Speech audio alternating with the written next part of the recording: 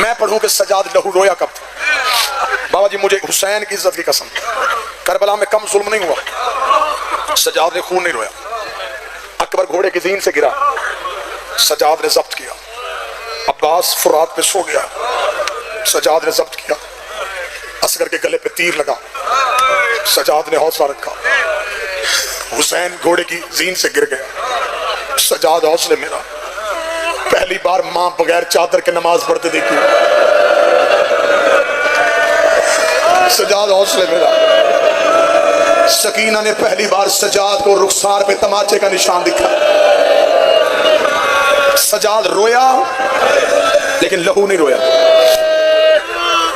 4 سال کی بہن کے ترچھ نے رویا، لہو نہیں رویا۔ علی کی بیٹی کے ہاتھ ایسے باندھے گئے، رویا، لہو نہیں رویا۔ کربل سے قافلہ کوفے پہنچا، بازاروں کی بھیڑ سے گزرا، رویا، لہو نہیں رویا۔ پہلا خون کا آنسو کب آیا؟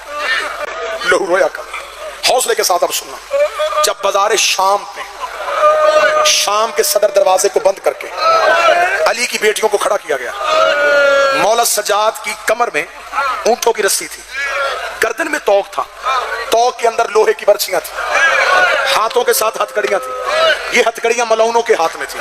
مولا سجاد اس توق کے وزن کی وجہ سے کمر جھکی ہوئی تھی، سجاد کی کمر کے ساتھ اونٹوں کی رسی تھی، علی کی بیٹیاں اونٹوں پہ بیٹھی ہوئی تھی۔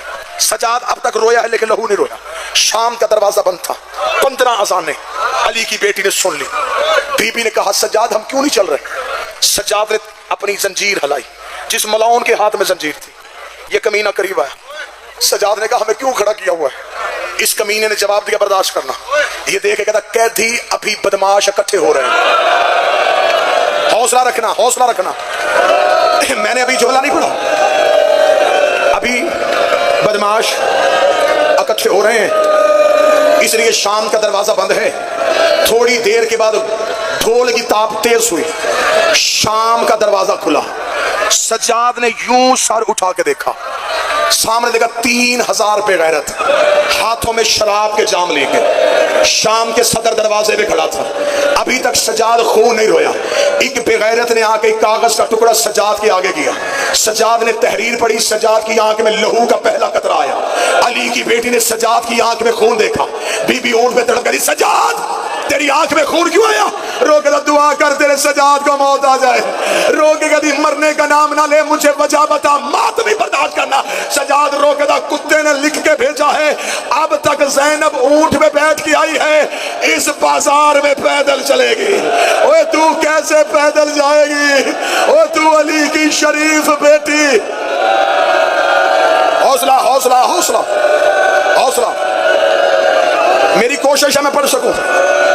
بی بی کی آواز آئی سجاد میں اس بازار میں پیدل نہیں چل سکتی۔